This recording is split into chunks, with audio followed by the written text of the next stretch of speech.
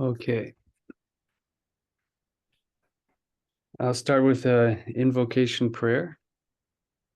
Om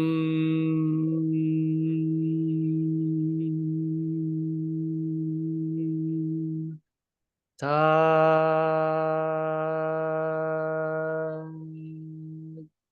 Sa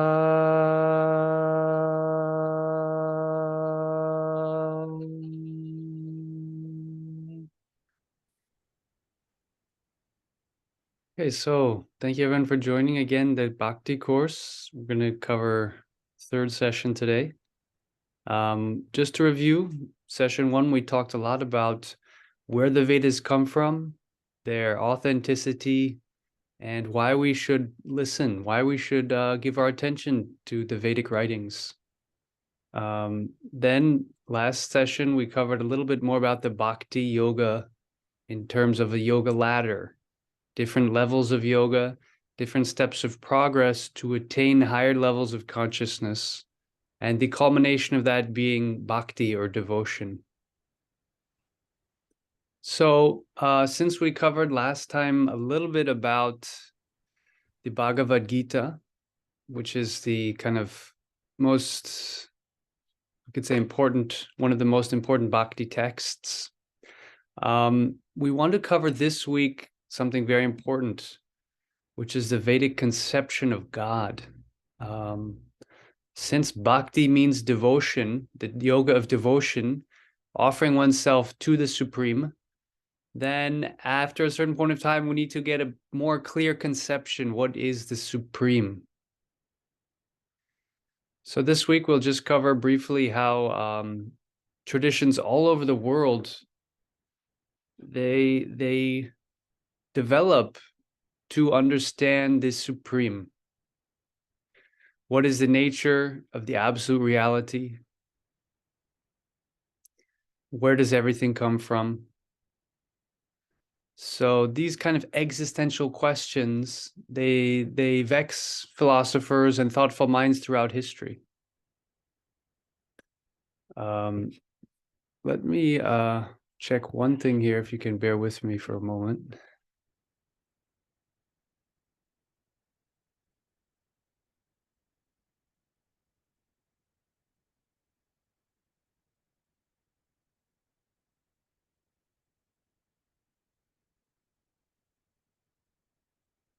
Okay. Thank you so much. Let's continue now.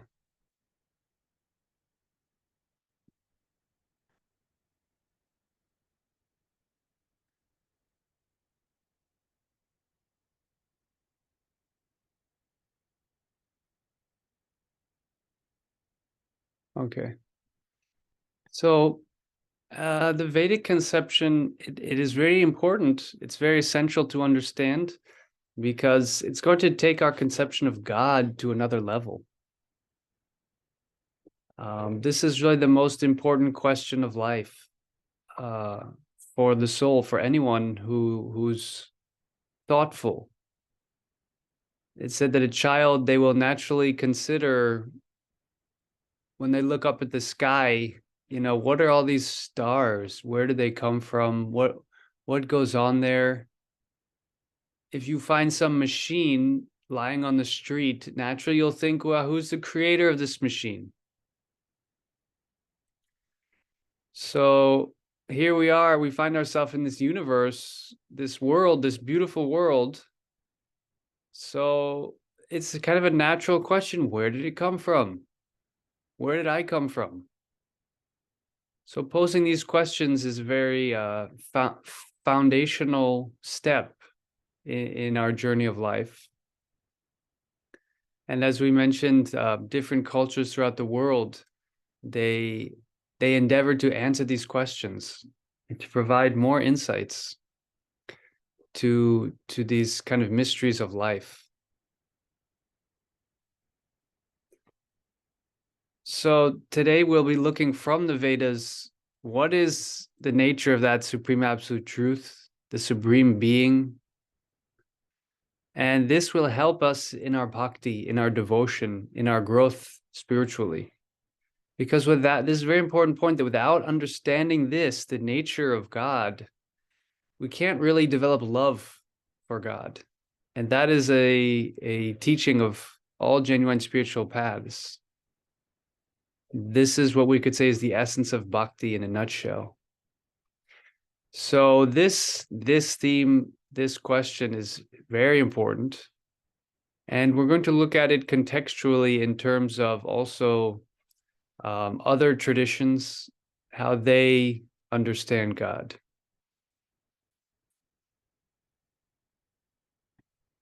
So we'll start here. The biblical God.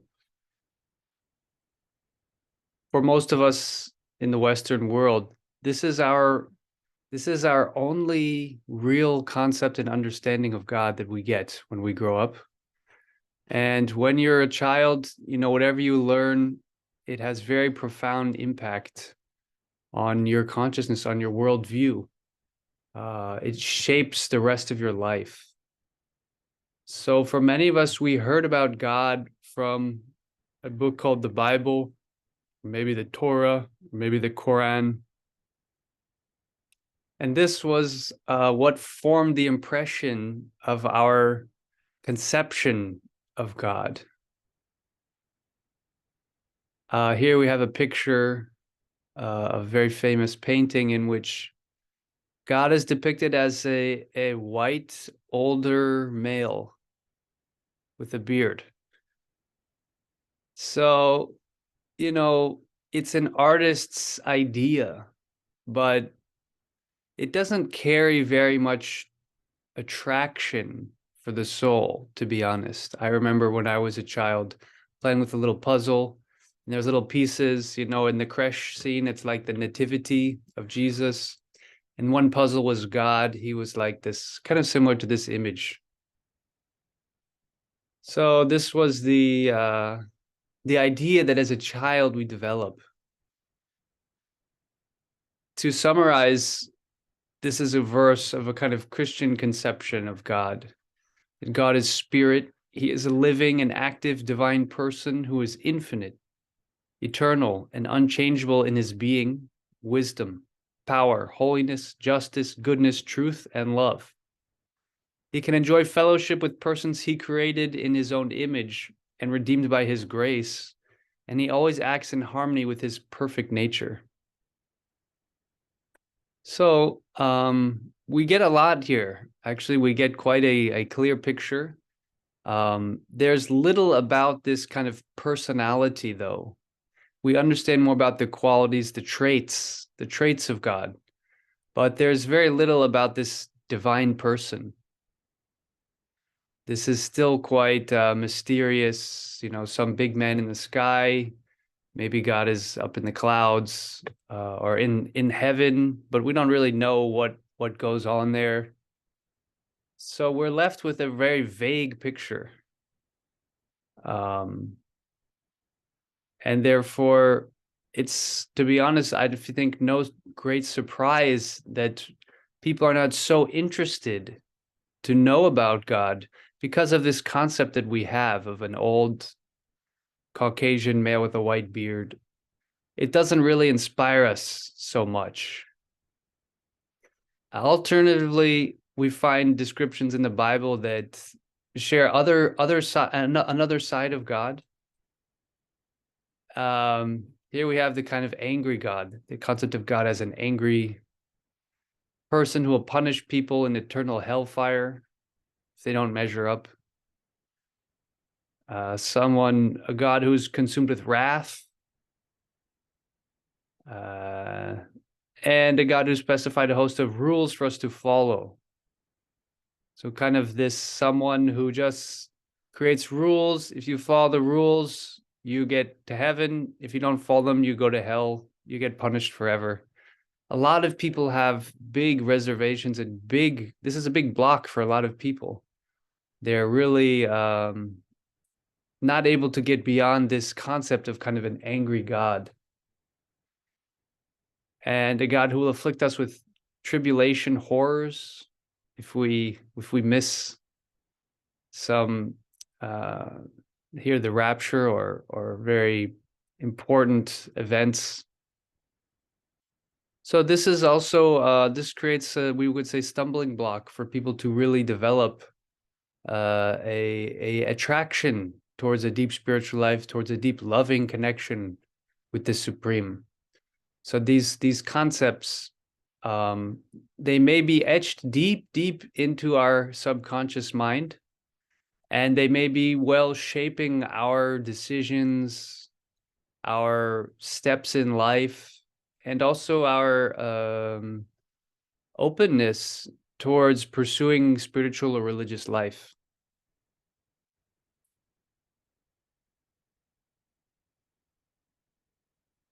Now, we will proceed to the Vedic conception. From the Vedas also give very deep, detailed information about the nature of the Supreme. And just to repeat that this becomes very essential in the path of bhakti, because we want to develop this bond of love, this act of devotion towards the divine. And we can see this whole beautiful creation around us is an emanation from the Supreme, or the energy of God. So the Vedas are going to invite us into a deeper and perhaps more intimate and more accurate understanding of what we call the absolute truth, or in Sanskrit, the Param Satyam. So here, as according to the Vaishnava, the Krishna tradition, which is considered the most perhaps popular bhakti tradition right now, and it's really the essence of the Vedic teachings based on the Srimad Bhagavatam, the Bhagavad Gita, and other Vedic texts. So in this tradition, some of you may know George Harrison. He was a Beatle.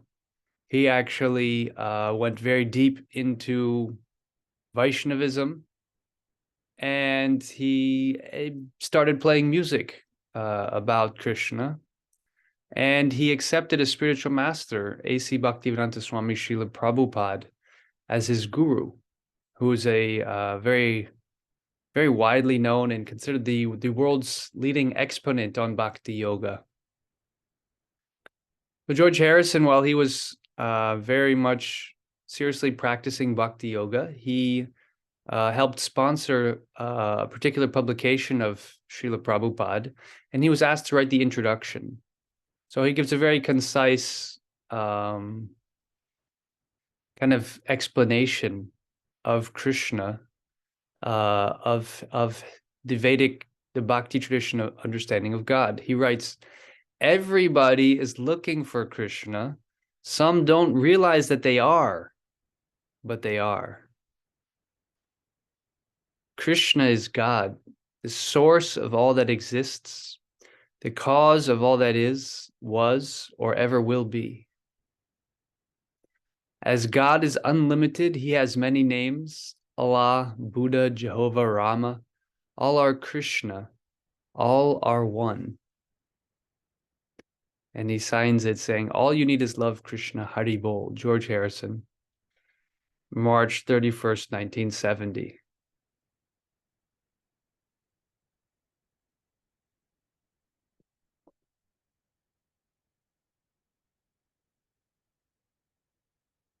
So in these few sentences, he's actually packed in a lot here. All souls are seeking God. Some are aware of it and others are not, because it's our most fundamental aspect of our being to have this relationship with God.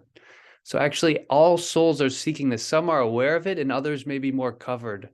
They may be seeking what? Seeking happiness, some joy, some what we call ananda or bliss. Everyone's looking for happiness. And what's the source of everything? The supreme absolute truth. So happiness exists in the absolute truth.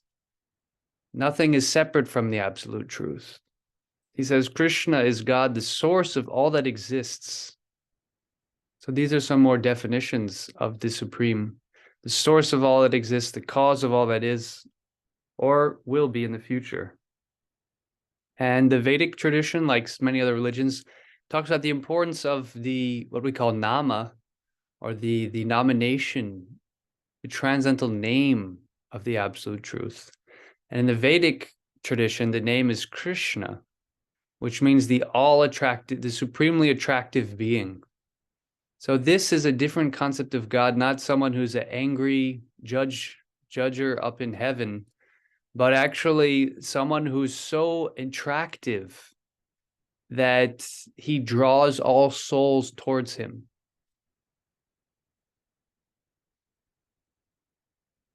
Here we have another statement from the Srimad Bhagavatam, which is kind of taking our whole conception of God to another level.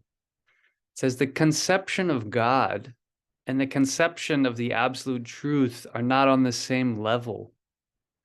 The conception of God indicates the controller, whereas the conception of the absolute truth indicates the summum bonum, or the ultimate source of all energies. So if you follow this, the conception of God is one thing, a being who exists in a higher realm, who's a creator, but the absolute truth is a little different. This means that actually nothing is separate from God. If you think of a concept of God, that means, okay, here's God and this is not God. The absolute truth, the Vedas explain, mean that from which everything emanates, that there's nothing outside of that supreme being. So here, the difference between matter and spirit is, we could say, overcome, because one can begin to perceive that everything that exists is the energy of God. So God is no longer just one being in a higher heavenly planet, but everything that exists, the sun, the moon, the clouds, the earth, air, all the souls, these are all aspects of God in the form of his different energies. So everything that exists is a product of God's energy. In that sense, he's the source of everything.